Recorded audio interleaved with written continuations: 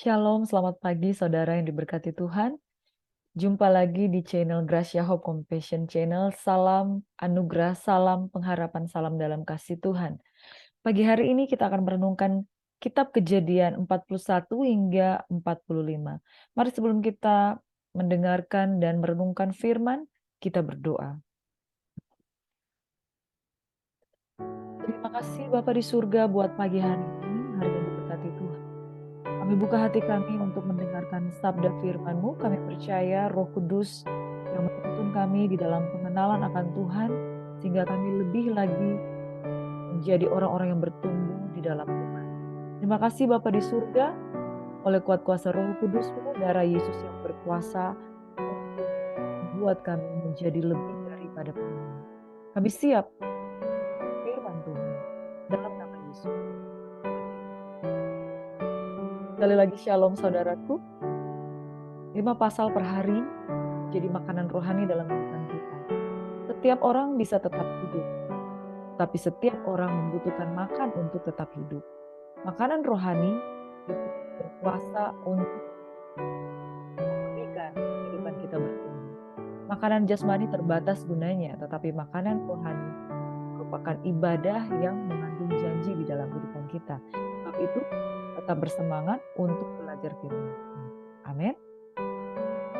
Kejadian 41 hingga kejadian 45, saya membawakannya dengan tema Yusuf dari titik terendah menuju.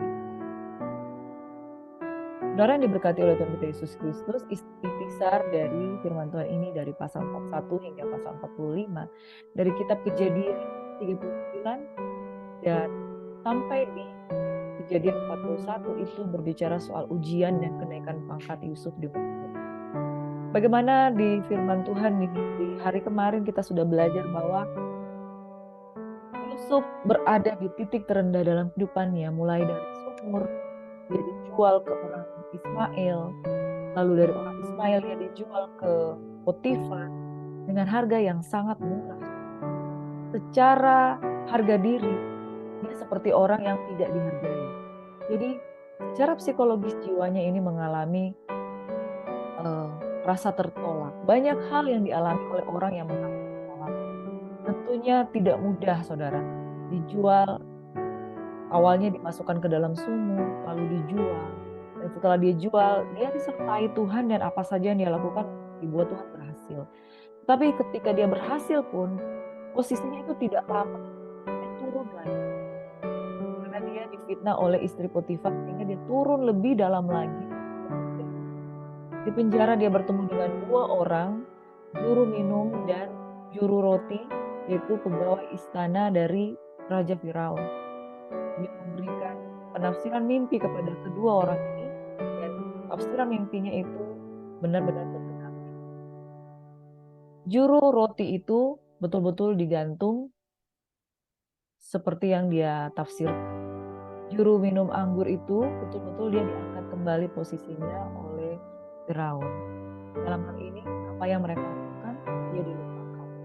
Saudara, apa yang Yusuf alami itu adalah rentetan peristiwa di mana dia itu selalu turun. Pernah naik tapi turun lebih dalam. Saudara, tidak mudah menjalani kehidupan yang terus mengalami fluktuasi turun. Ada waktu dia menerima visi dari Tuhan dan ternyata faktanya hidupnya itu terus ada di dalam tekanan, terus hidup di dalam degradasi yang terus membuat dia terpuruk. Tetapi Yusuf disertai Tuhan dan dia mengalami kuasa Tuhan dalam hidupnya. Sehingga apapun yang dia alami, dia tetap menjadi orang yang berpikiran positif, saudara. Ini hal yang luar biasa. Dan justru di tengah-tengah kehidupannya yang terus diizinkan Tuhan itu terus dibawa turun. Dia mengalami promosi yang dari turun dia mengalami lonjakan promosi dari Tuhan.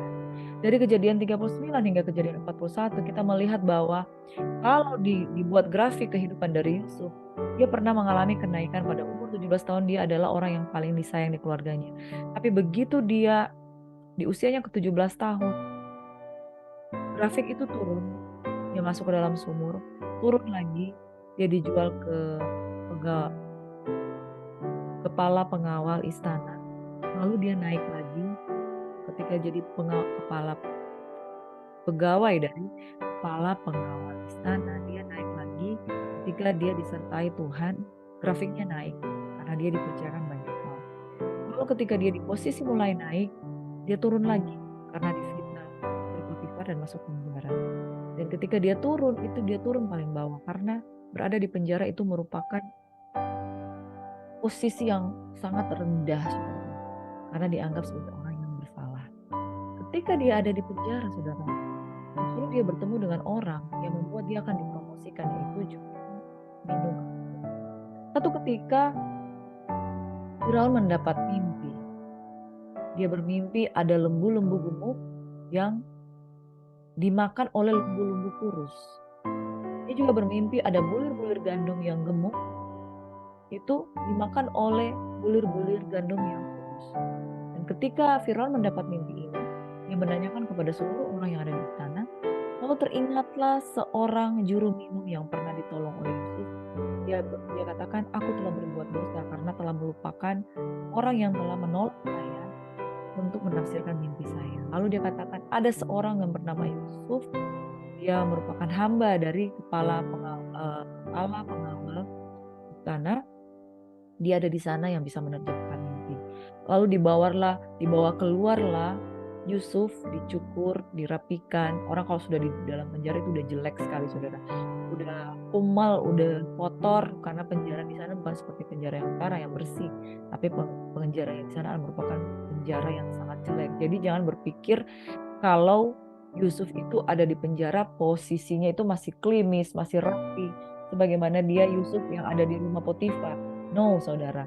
Dia ketika dia mau pergi bertemu Firaun, dia harus dicukur jenggotnya. Dia harus dibersihkan, dia harus dimandikan dengan bersih. Karena di penjara itu situasinya itu sangat tidak enak. Imagine saudara, penjara pada zaman dahulu di Mesir ya, pada waktu itu merupakan penjara yang mungkin dinding-dindingnya dingin dari batu dan mereka harus tidur di lantai, saudara. Makanya ketika dia bertemu dengan Firaun, dia harus merapikan dirinya terlebih dahulu. Ketika dia bertemu dengan Firaun, saudara, sesuatu terjadi di mana promosi yang daripada Tuhan itu betul-betul datang di dalam dirinya. Itu sebabnya dari sumur dia masuk ke istana. Bukan sekedar masuk ke istana, dia masuk ke istana, dia menjadi orang nomor 2 kepercayaan di Mesir. Mengapa? Hanya karena persoalan menafsirkan mimpi. Itu sebabnya saya mau katakan, saudara, kalau engkau memiliki sesuatu yang mungkin direndahkan, disepelekan oleh orang lain, sama seperti halnya Yusuf, dia yang menjadi kelebihannya, dia adalah tukang mimpi, kata saudara-saudara. Kau tukang mimpi, dan mimpimu itu merendahkan kami. Dia seorang tukang mimpi, tetapi dari mimpinya itu, dia dibawa Tuhan. Seringkali saudara, apa yang dihina orang dari dalam kehidupan, justru itu yang membuat engkau dibuat Tuhan naik. Kenapa? Justru itu dibuat Tuhan naik oleh karena apa yang engkau miliki. Kenapa? Ada orang-orang yang tidak bisa mengenal kelebihanmu, tetapi Tuhan mengenal pribadi. Engkau punya sesuatu di mata orang itu sebagai hal yang menjengkelkan, hal yang mereka tidak suka, hal yang membuat mereka iri hati. Tapi di mata Tuhan, talenta yang Tuhan berikan di dalam kehidupanmu itu merupakan cara Tuhan untuk membuat engkau diangkat pada kehendak. Mungkin dengan suaramu orang akan iri hati. Kok suaranya bagus ya? Jelek suaramu. Kamu kalau menyembah itu jelek sekali suaramu. Tapi mungkin dari suara itu kau diangkat Tuhan oleh karena pujian penyembahan. Jadi saudara yang diberkati oleh Tuhan Yesus Kristus, orang boleh berkata hal-hal yang negatif tentang apa yang ada padamu, tetapi Tuhan yang lebih tahu apa yang dia percayakan di dalam dirimu, talenta yang dia percayakan di dalam dirimu, adalah cara Tuhan untuk membuat engkau naik dan terus naik. Seperti yang saya katakan tadi, grafik kehidupan Yusuf itu pernah jatuh sangat dalam, mulai dari sumur, lalu masuk ke dalam penjara, dan terakhir masuk ke istana dan dipromosikan. Saya akan jelaskan setelah ini, saudara. Lalu di dalam poin yang kedua, Yusuf dan saudara-saudaranya di Mesir, bagaimana dia dipertemukan Tuhan dengan saudara-saudaranya di Mesir. Kejadian 42 hingga Kejadian 45. Saudara, saya akan tuntun kita di dalam Roh Kudus, dalam pertolongan Tuhan, dari kitab Kejadian 41, bagaimana Yusuf bertemu dengan Firaun. Ketika dia selesai menafsirkan tentang mimpi yang diperoleh Firaun, bagaimana gandum-gandum itu yang kurus memakan berkas-berkas gandum, yang terisi, dan bagaimana lembu-lembu makan lembu-lembu gemuk. Tidak masuk akal ya, yang terus makan lembu gemuk. Lagi pula tidak ada mungkin lembu memakan lembu, saudara. Tapi semuanya itu merupakan suatu gambaran besar dari rencana Tuhan dalam kehidupan bangsa. Lalu Firaun mendapatkan tafsiran itu dari Yusuf, dan dari hati Firaun yang mempercayai bahwa benar adanya ini apa yang ditafsirkan oleh anak muda ini. Saya percaya dengan apa yang ditafsirkan. Bagaimana kalau Firaun tidak percaya dengan apa yang Yusuf tafsirkan? Semua karena roh Tuhan yang bekerja, saudara.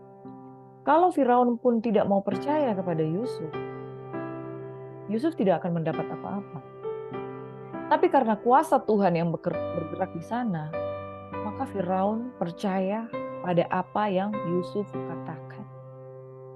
Dikatakan semuanya dalam semua percakapan mereka, kemudian Firaun tutup dengan ini dari Kejadian 41 ayat 39. Kata Firaun kepada Yusuf, oleh karena Allah telah memberitahukan semuanya ini kepadamu, tidaklah ada orang yang demikian berakal budi dan bijaksana seperti engkau. Engkaulah menjadi kuasa atas istanaku, dan kepada perintahmu seluruh rakyatku akan taat. Hanya tahta inilah kelebihanku daripadamu. Selanjutnya Firaun berkata kepada Yusuf, dengan ini aku melantik engkau menjadi kuasa atas seluruh tanah Mesir. Sesudah itu Firaun menanggalkan cincin materai dari jarinya dan mengenakannya pada jari Yusuf.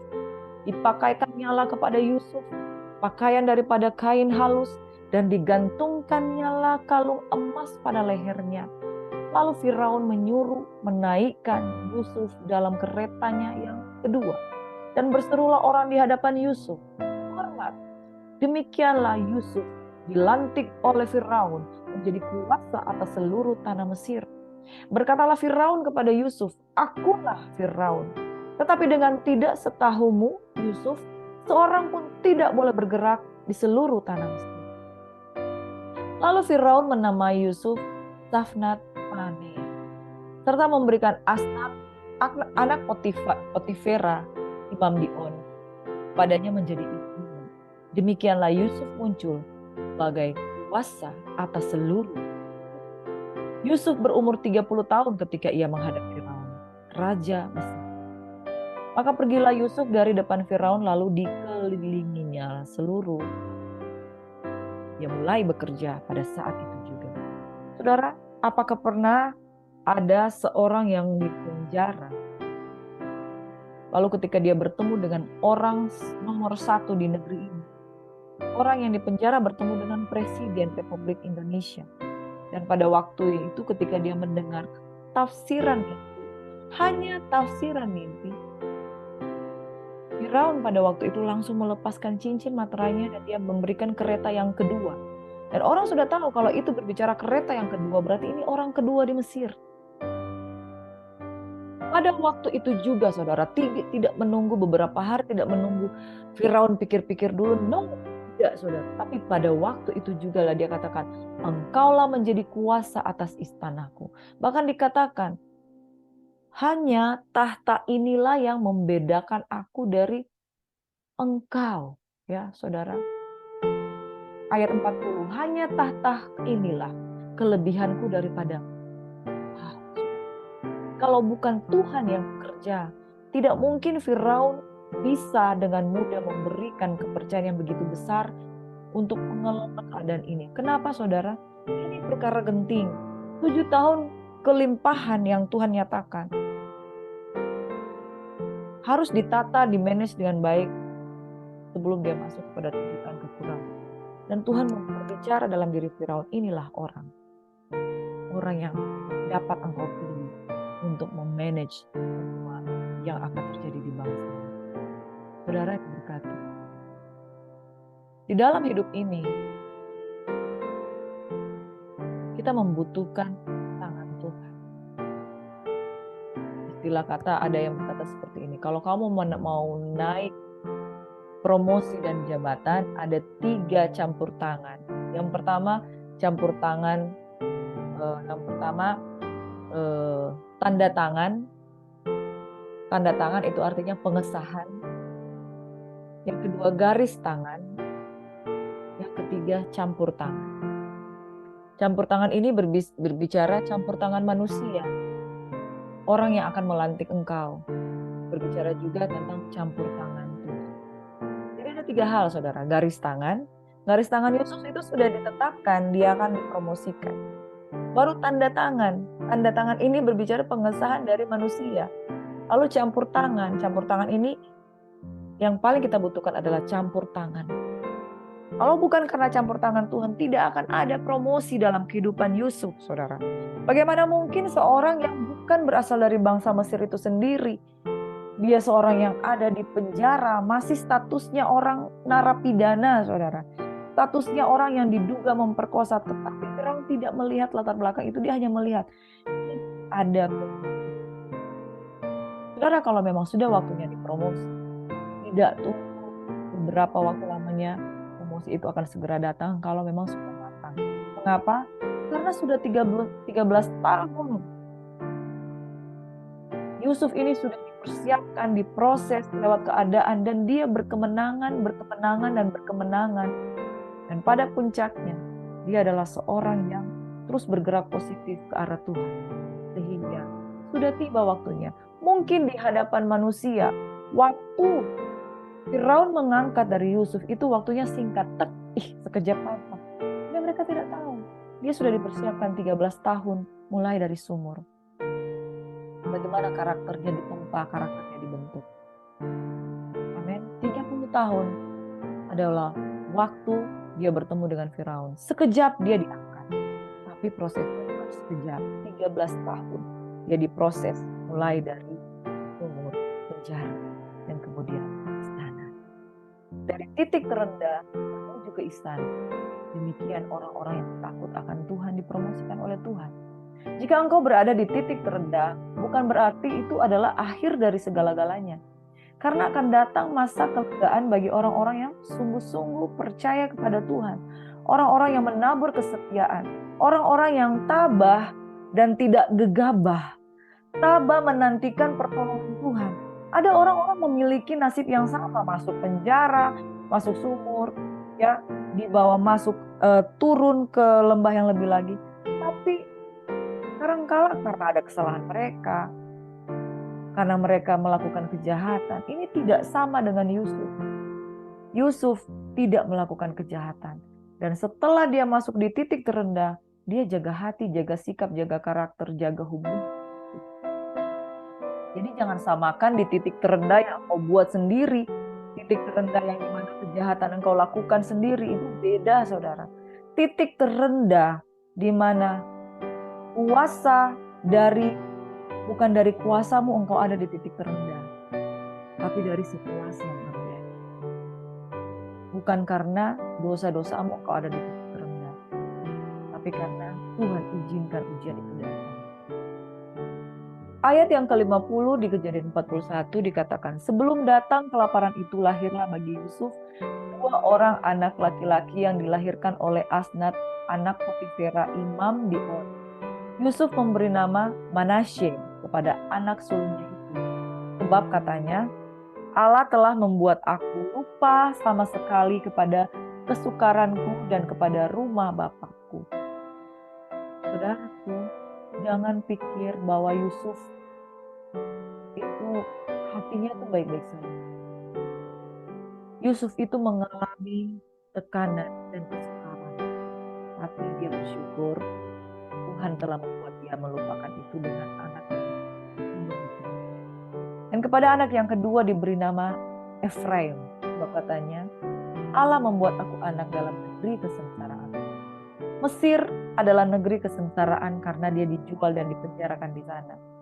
Tetapi yang hebatnya yang terjadi adalah Allah membuat dia mendapat anak di sana. Allah membuat dia mendapat mendapatkan anugerah. Jadi Tuhan membalikkan keadaan bagi orang yang sungguh-sungguh percaya. Kita lanjut di dalam kitab Kejadian 42. Singkat cerita, mulailah terjadi kelaparan di seluruh negeri. Bukan cuma di Mesir, tetapi di negeri-negeri yang lain. Dan salah satu yang terkena dampaknya adalah kedua belah saudara bersama orang tua mereka, Yakub. Lalu mereka datang juga mencari gandum di Mesir untuk membeli di sana. Pada waktu mereka tiba di Mesir, mereka bertemu dengan Yusuf. Dan pada waktu mereka bertemu dengan Yusuf, Yusuf sedikit mengakali mereka dengan berkata, "Aku mencurigai kamu mau memata-matai negeri ini." Dia seolah-olah menuduh mereka mau memata-matai negeri ini, tapi itu bukan akal-akal saja untuk membuat shock terapi bagi kakak-kakaknya. Lalu mereka berkata-kata dengan bahasa dari bangsa Israel itu sendiri. Dan mereka, kakak adiknya itu, tidak berpikir kalau kakak-kakaknya itu tidak berpikir kalau ada penterjemah yang memberikan terjemahan perkataan mereka kepada Yusuf. Lalu mereka menyalahkan diri sendiri karena dicurigai oleh Yusuf. Mereka berkata seorang kepada yang lain, "Betul-betullah kita menanggung akibat dosa kita terhadap adik kita itu," yang dimaksud Yusuf.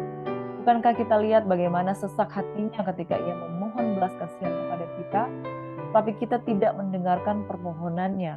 Itulah sebabnya kesesakan ini menimpa kita." Jadi percakapan itu terjadi di antara kakak-kakaknya dengan bahasa Israel, tanpa mereka tahu bahwa penerjemah itu menerjemahkan kepada diri Yusuf.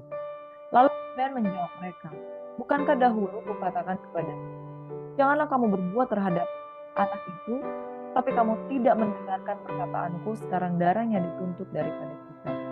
Tapi mereka tidak tahu bahwa Yusuf mengerti perkataan mereka sebab mereka memakai seorang juru bahasa. Maka Yusuf mengundurkan diri dari mereka. Kemudian ia kembali kepada mereka dan berkata-kata dengan mereka. Ia mengambil Simeon dari antara mereka, lalu disuruh belenggu di depan mereka. Saudara, saya nggak tahu kenapa.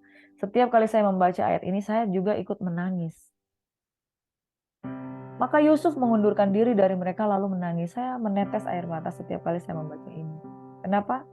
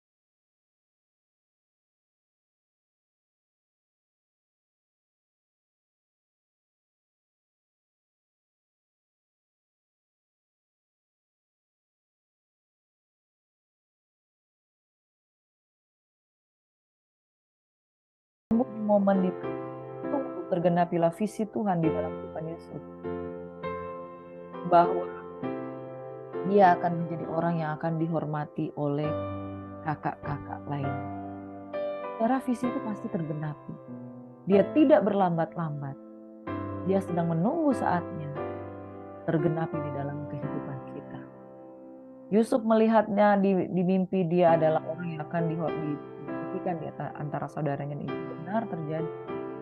Segala jalan kita udah diatur oleh Tuhan. Makanya setia supaya rencana Tuhan tidak gagal. Di Kejadian 45 saya akan percepat, saudara. Akhirnya kakak-kakaknya itu pulang kembali ke tanah Israel, ya, pulang kembali ke tanah di mana tempat Israel Yakub dan anak-anaknya tinggal pada waktu itu. Dan mereka kembali lagi dengan membawa adik mereka Benyamin. Setelah adik mereka Benyamin itu datang, disinilah Yusuf menceritakan tentang siapa dirinya sebenarnya di tengah-tengah keluarganya. Ketika itu Yusuf tidak dapat lagi menahan hatinya di depan semua orang yang berada di dekatnya, lalu suruhlah keluar semua orang di sini. Maka ia memperkenalkan dirinya kepada saudara-saudaranya. Begitu dia memperkenalkan dirinya kepada saudara-saudaranya, semua saudaranya ketakutan karena ini orang kedua di Mesir. Mereka pasti sangat takut karena pasti ini Yusuf akan mendatangkan hukuman karena dia punya power sekarang, saudara. Tetapi dia berkata, akulah Yusuf. Masih suka Bapak. Saudaranya tidak dapat menjawab sebab mereka takut dan gemetar menghadapi dia. Karena Yusuf yang sekarang beda dengan Yusuf yang 17 tahun lalu. Yusuf yang sekarang memiliki prajurit, memiliki kedudukan, dan mereka adalah orang-orang yang pesakitan yang membutuhkan makanan dari Yusuf. Jadi sangat ketakutan bagaimana situasi ini berbalik dari situasi mereka yang dulu merendahkan dan menyebut. Lalu Yusuf berkata, ayo dekat-dekat, akulah Yusuf, saudaramu yang kamu jual di Mesir. Tapi dikatakan ayat 5, sekarang janganlah susah hati, jangan menyesali diri, karena kamu menjual aku ke sini. Sebab untuk memelihara kehidupanlah Allah menyuruh aku mendahului kamu. Masih akan terjadi kelaparan 5 tahun lagi. Maka Allah telah menyuruh aku mendahului kamu untuk menjamin kelanjutan keturunanmu di bumi dan untuk memelihara hidup jika sebagian besar daripada bertolak. Jadi ayat 8 dia katakan begini, bukanlah kamu yang menyuruh aku ke sini, tapi Allah. Dialah yang telah menempatkan aku sebagai bapa bagi Firaun dan Tuhan atas seluruh istananya dan kuasa atas seluruh tanah Mesir. Kembalilah kepada bapa dan katakan, ini Yusuf anakku. Engkau akan tinggal di Goshen yang akan dekat padaku. Engkau dan anak-anakmu, cucu kambing lembing sapimu dan segala milikmu. Di sanalah aku memelihara engkau sebab kelaparan ini masih ada 5 tahun. Supaya jangan engkau jatuh miskin bersama seisi rumahmu dan semua orang yang ikut serta dengan engkau. Saudara, orang yang disertai Tuhan tidak ada waktu untuk bekerja. Karena ia tahu bahwa hidupnya adalah anugerah. Orang yang disertai Tuhan tahu bahwa hidupnya ada dalam maksud dan rencana Tuhan. Yusuf tidak mengintimidasi mereka dan menyalahkan mereka. Dia berpositif thinking karena memang itu yang karena maksud Allah untuk memelihara engkau, aku ada di sini. Wow. Ada berapa banyak orang yang berpikir positif seperti halnya Yusuf ketika dia dilukai, ketika dia direndahkan, dia dijual oleh orang lain, tapi dia katakan, hidupku ini ada maknanya karena ada maksud Tuhan sehingga aku dapat memelihara engkau. Kalau semua orang seperti ini, saudara, hidupnya akan aman, damai, dan tentram. Mari saudara kita positif tinggi, apapun ujian yang Tuhan perhadapkan dalam kehidupan kita pasti ada maksudnya. Perenungan. Jika kita adalah Yusuf, mampukah kita mengampuni dan menerima kembali orang yang sudah melukai kita? Seperti Yusuf yang pernah dijual saudara-saudara. Saudara-saudara, coba ingat-ingat luka seperti apa yang telah ditimpakan kepadamu oleh orang-orang. Mampukah kita mengampuni mereka kembali dan membolak-balikkan keadaan dari korban menjadi pemenang? Yusuf adalah korban, tetapi dia muncul sebagai pemenang, bahkan pemenang yang menolong saudara-saudara. Saudara, luka kita alami seringkali merupakan alat untuk menyembuhkan orang yang sulit. Jadi, teruslah. Yang kedua, saudara, Yusuf pernah mendapat mimpi dia akan ditinggikan melebihi saudaranya. Di usianya yang ke-30, visinya tergenapi. Dia menjadi orang kepercayaan kedua di Mesir. Jadi selama 13 tahun, itu adalah proses yang menunggu Tuhan mempromosikan. Hal-hal apa yang dapat kita pelajari dari pelajaran Yusuf dan sumur dalam tanah? Dan percayakah saudara bahwa visi Tuhan pasti tergenapi di dalam hidupmu? Mari kita lihat hal apa yang dapat kita pelajari dari pelajaran Yusuf. Yang pertama, selalulah bersikap positif, melakukan apa yang baik di mata Tuhan. Pada waktunya Tuhan akan balas berkat. Apa yang kau tabur, ya kebaikan pasti akan tuai kebaikan. Yang kedua, selalu mempercayai Tuhan sehingga Yusuf senantiasa kita percaya. Saudara, terus lakukan. Yang ketiga, tidak tinggal dalam kepahitan dan kekecewaan, pemaaf dan tidak mau membalas. Itulah Yusuf. Dia melihat rencana Tuhan di balik setiap persoalan, sehingga dia tidak membenci saudaranya, dia mengampuni, dia tidak berhenti. Yang keempat, perlahan tapi pasti kita akan bergerak dalam visi Tuhan. Visi Tuhan pasti akan tergerak. Yang terakhir, tidak selamanya kita ada di titik terendah. Tuhan akan mengangkat kita pada waktunya. Amin. Janji Tuhan seperti fajar pagi hari yang tiada pernah terlambat bersinar. Cinta Tuhan seperti sungai yang mengalir, dan kita akan tahu betapa dalam kasih Tuhan dalam diri kita. Mari saudara, dalam firman Tuhan ini kita renungkan sudah bersama-sama. Mari kita satu dalam doa. Bapak, terima kasih buat pagi hari yang diberkati. Kami belajar kisah dari Yusuf, mengajarkan kami biarlah kami taat di dalam tekanan, sabar di dalam kesesakan, tekun di dalam doa. Dan biarlah kami, Tuhan, terus membangun kehidupan yang percaya kepada Yesus. Oh, hidup itu adalah grafik kehidupan. Sebentar saja kita ada di titik terendah.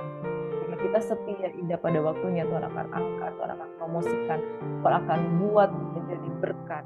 Tuhan akan membalikkan keadaan kita dari korban menjadi pemenang, asal kita mengerti rencana. Berkati tangan-tangan-Mu yang terangkat, Tuhan, tangan-tangan anak-Mu yang terangkat, Tuhan, dan biarlah kami menyambut berkat-berkat pada kami. Berkati kami lebih daripada kita. Kami bersyukur dalam nama Yesus kami berdoa. Haleluya. Amin. Shalom saudaraku yang diberkati oleh Tuhan kita Yesus Kristus. Syukur bagi rahmat Tuhan yang selalu baru pagi hari ini. Selamat beraktivitas. Selamat menjalankan kegiatannya diberkati oleh Tuhan di hari Senin. Yesus memberkati. Shalom.